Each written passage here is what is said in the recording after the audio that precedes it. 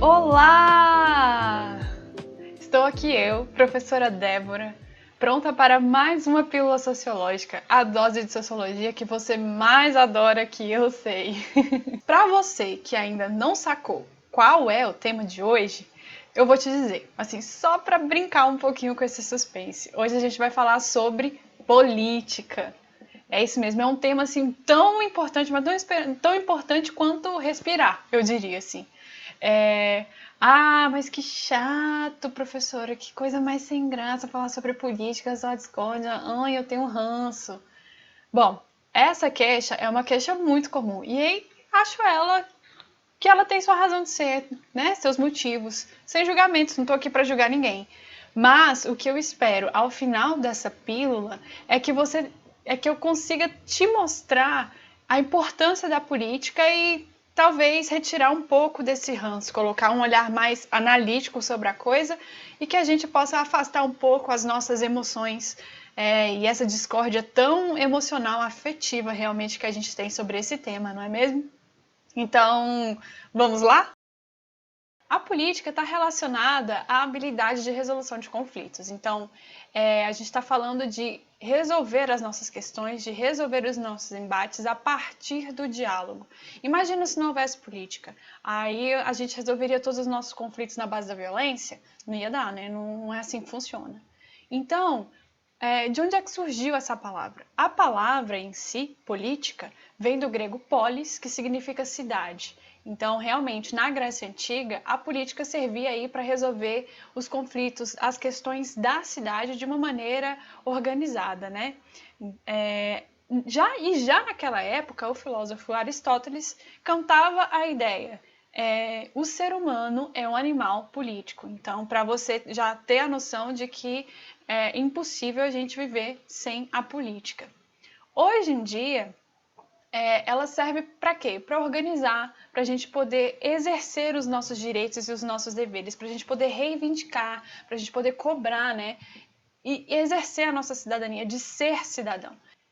Inclusive, essa imagem é importante, é uma inquietação, uma provocação aí para vocês, para a gente poder pensar a questão da representatividade, né, da representação de mulheres nos cargos de poder, como no nosso Congresso Nacional, dentre outros espaços políticos, né, de marcar posição pública. E aí, você já parou para reparar nos assuntos políticos à nossa volta? Já parou para pensar o que é que a gente tem debatido? Pois é, quando você abre o Twitter hoje, atualmente as nossas pautas já estão aí presentes nas hashtags. As nossas questões políticas estão muito presentes nas redes sociais. Inclusive, há muita discussão sobre o quanto as redes sociais influenciam ou podem estar influenciando, né, a polarização política que a gente vive hoje no nosso país, no Brasil. E aqui eu quis trazer para vocês um pouco desse universo de hashtags que mobiliza tanto as nossas discussões nas redes sociais. E muitas dessas questões que hoje a gente discute lembram situações passadas, do nosso passado histórico realmente, né? Então, querendo ou não, algumas das questões que parecem novas, dessa nova política, na verdade, elas não são tão novas assim. Elas podem ter ganhado uma nova roupagem, né? Quer ver só? Vou fazer uma provocação histórica. Em 1989, o Brasil realizou as eleições presidenciais livres, após 38 anos sem fazê-las. O que aconteceu, né? As últimas eleições livres aconteceram em 1961 e depois, em 64, aconteceu o golpe militar, a ditadura militar. Foi então só após a promulgação da Constituição, da nossa Constituição Cidadã, em 1988, que o Brasil voltou a exercer a sua liberdade política, né? De uma maneira mais aberta. E foi assim que se organizou o pleito, né, presidencial de 1989. E duas forças tomaram a frente dessa disputa de eleição. De um lado, à esquerda, o Lula, representante do PT, e do outro lado, à direita, o Fernando Collor de Mello, do PRN, o Partido da Renovação Nacional. Era um partido recém-criado da época, né? E aí o que aconteceu? O resultado disso foi que o quê? Que o Collor ganhou. Sua propaganda política foi de quê, né? De um homem jovem, bonito, esportivo, refinado e disposto a combater a corrupção. Então, ele ficou conhecido como Caçador dos Marajás. Foi uma propaganda política, né? Por que ele foi conhecido como Caçador dos Marajás? Porque ele combateu os altos salários de membros do Poder Executivo, do Judiciário e do Legislativo quando ele foi governador do estado de Alagoas. E a mídia teve um papel importante na sua assessoria e na propaganda política mesmo, né? Que o construiu como um candidato elegível e, na verdade, o construiu e contribuiu, inclusive, para o sucesso, né, da campanha eleitoral, tanto é que ele se tornou o presidente nos anos 90. No entanto, a mesma mídia que construiu essa imagem favorável ao Collor também foi responsável por uma opinião pública, pela formação de uma opinião pública anti-Collor.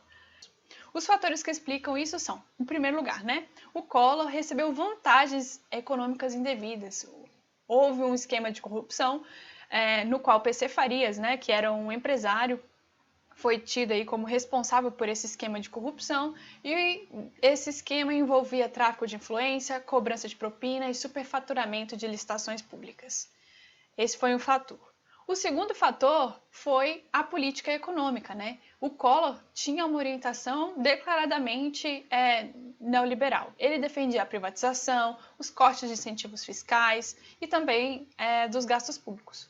Mas o controle da inflação, que era um tema muito importante para a época, no início dos anos 90, aconteceu não por uma política neoliberal, né, que o Estado mínimo, no Estado intervém pouco na economia, mas pelo contrário, no governo Collor, o Estado interferiu bastante na economia. Teve uma forte intervenção. Como? Houve o congelamento dos preços e o confisco das poupanças, né? O nome técnico para isso seria o bloqueio dos ativos financeiros.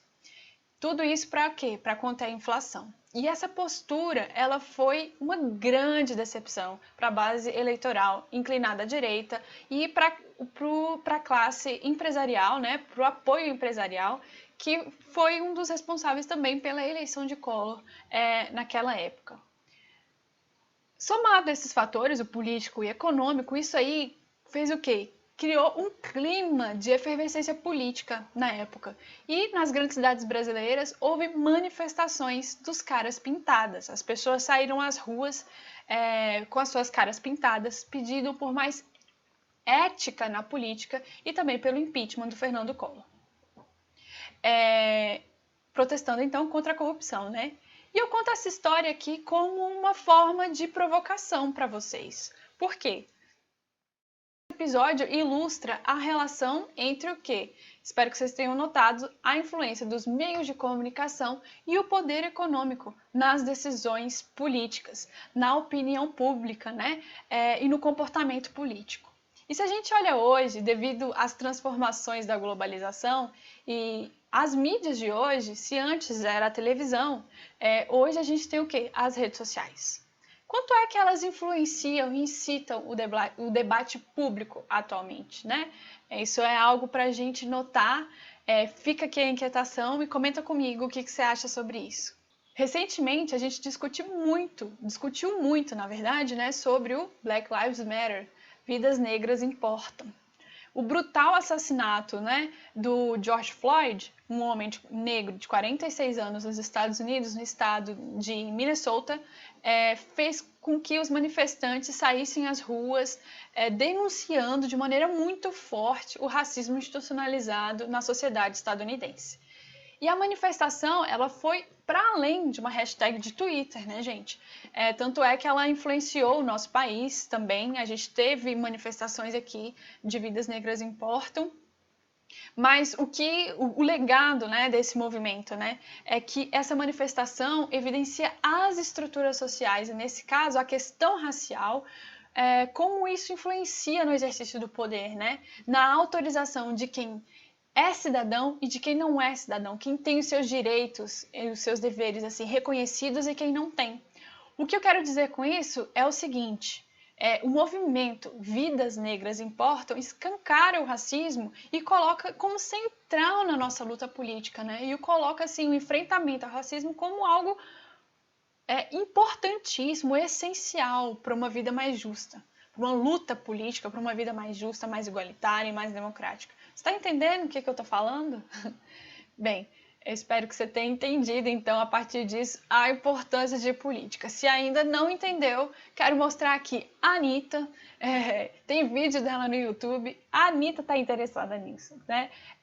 No vídeo Beabá sobre política. Só mais um exemplo. Quando você faz arte, quando você faz música, cultura, isso também é uma ação política. Tudo é política. A sua relação de trabalho, a sua relação no seu ambiente escolar, as relações familiares, né? Tudo isso envolve política. Por quê? Porque a política é uma máquina que a gente utiliza para gerenciar conflitos através do diálogo. E o poder, então, é o quê? A engrenagem dessa máquina, é o que faz essa máquina funcionar. Entende? De acordo com Weber, o sociólogo alemão, ele traz uma contribuição muito importante para a gente quando a gente está falando de política. Ele diz que poder trata da capacidade de impor a própria vontade em uma relação social, mesmo quando a gente encontra resistências a isso. Algumas vezes, o poder envolve o uso da força. Por exemplo, o Estado detém o monopólio do uso da força, né? E é o Estado que determina quem vai para a prisão quando uma pessoa comete crimes. Por exemplo, né? Contudo, as pessoas, mesmo de má vontade, citando outro exemplo aqui, elas pagam seus impostos, certo? Então, existe um relativo grau de concordância em relação a isso. Quando você vai à padaria e compra um pão francês, olha o seu cupom fiscal, você vai ver que você está pagando imposto ali. E existe, mesmo que você fique contrariado com isso, existe um grau de concordância, né? Quando a maioria das pessoas concorda com a forma como a máquina política é dirigida, o poder ganha o quê? Legitimidade. E é isso que dá o caráter de autoridade para o poder. É isso que faz com que você o respeite. Você faz o quê? Você obedece. Entende? Então, e de que maneira se dá essa obediência? Você deve estar se perguntando isso agora, né? Então tá, então eu vou te dizer. De acordo com a sociologia política de Weber, tá? Sociólogo alemão, existem 3 formas de autoridade, 3 maneiras ideais de exercício do poder. A primeira delas, que eu estou trazendo a vocês, é tradicional, o poder tradicional. A obediência se dá através de um caráter hereditário, pela tradição. E aí eu quero trazer um exemplo para vocês, que é o exemplo, um fenômeno brasileiro, da cultura política brasileira, que é o patrimonialismo. O patrimonialismo, como representado aqui nessa imagem, tem o quê? Um homem com um bigode bem grande, um homem branco, né, ao centro dessa imagem, tapando os olhos da filha e tapando a boca daquela que parece ser a sua esposa. E os 2 filhos menores, crianças, os meninos, tapam os ouvidos da criança menor, que é uma menina.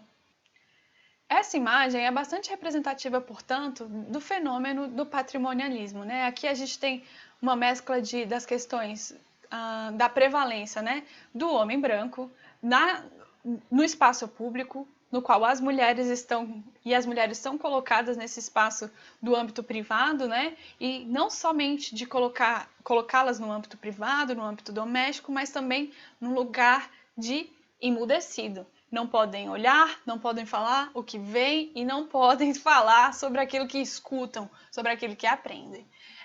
E o espaço aí de fala, de quem pode olhar, de quem pode ouvir, de quem pode falar, tá para quem?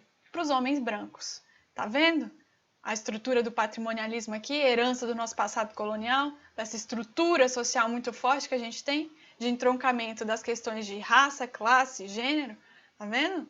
Fica ligado nisso daí. E o segundo tipo de poder do qual Weber menciona, o tipo ideal, é o respeito à lei, né? A obediência se dá pelo respeito à lei, que é a dominação racional legal, o poder racional legal. Se alguém obter o poder seguindo as leis, sua autoridade é respeitada.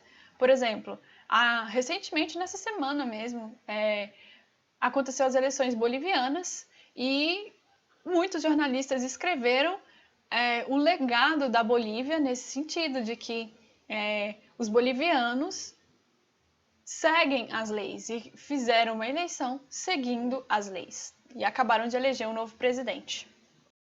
E o terceiro tipo de dominação é o quê? A dominação carismática. E aí, as características desse tipo de poder. Os indivíduos são percebidos como pessoas fora do comum, elas têm um caráter, uma característica excepcional. Então, a gente valoriza as características pessoais dessa liderança, né? Mas Weber pontua, muitas vezes, quando a gente valoriza esse caráter pessoal dessa liderança, também tem um caráter autoritário. E eu quis trazer um exemplo para vocês aqui do tiozão. Todo mundo tem um tiozão na família, né? É o cara que, às vezes, ele sempre faz no Natal aquela piadinha. É para ver ou é para comer? Sempre tem a piadinha. E é um cara que, apesar dele ser assim, meio chato e tal, você dá uma moral pra ele, entendeu? Você escuta o que ele fala, você ri dele, né? Que ele é um cara engraçado. Então, é um tipo de liderança carismática, só para você ter uma ideia, né? Do que eu tô falando. Um outro exemplo que eu quis trazer para você é o Papa. O Papa Francisco, por exemplo, né? Ele tem também todo um carisma ali e tal. E aí, como é que se dá a obediência dessa liderança carismática, né? Se dá devido às qualidades pessoais dessa pessoa, né? E é importante a gente colocar uma ênfase aqui, um olhar para as lideranças carismáticas. Por quê? Porque muitas vezes elas emergem em uma revolução política. Quando a sociedade está procurando por mudanças, está procurando estabelecer novas regras para as instituições, para mudar a sociedade. Mas, devido à forte carga afetiva aqui, esse tipo de obediência costuma a ser, muitas vezes, instável. Não é à toa que a gente faz hoje tantas pesquisas de opinião para poder saber o grau de aprovação ou de rejeição de um determinado governante. Bem, pessoal, pegou a ideia? Hoje a gente falou sobre política, a gente viu que ela está super presente no nosso cotidiano, de uma maneira assim, muito íntima, né? Nas relações sociais, e que o poder é a engrenagem para fazer essa máquina política funcionar. E também a gente viu que a obediência pode ser exercida de 3 maneiras ideais, de acordo com a sociologia política de Max Weber. Eu espero que com essa pílula sociológica você tenha se sentido esclarecido e que tenha também provocado inquietações, insights, né? Você pensou coisas novas e mais interesse também, despertado interesse em você em conhecer mais sobre política. E se você gostou dessa dose, acompanhe o Cula Social nas redes sociais, no YouTube, no Instagram. Até a próxima, espero que você tenha gostado e tchau, tchau!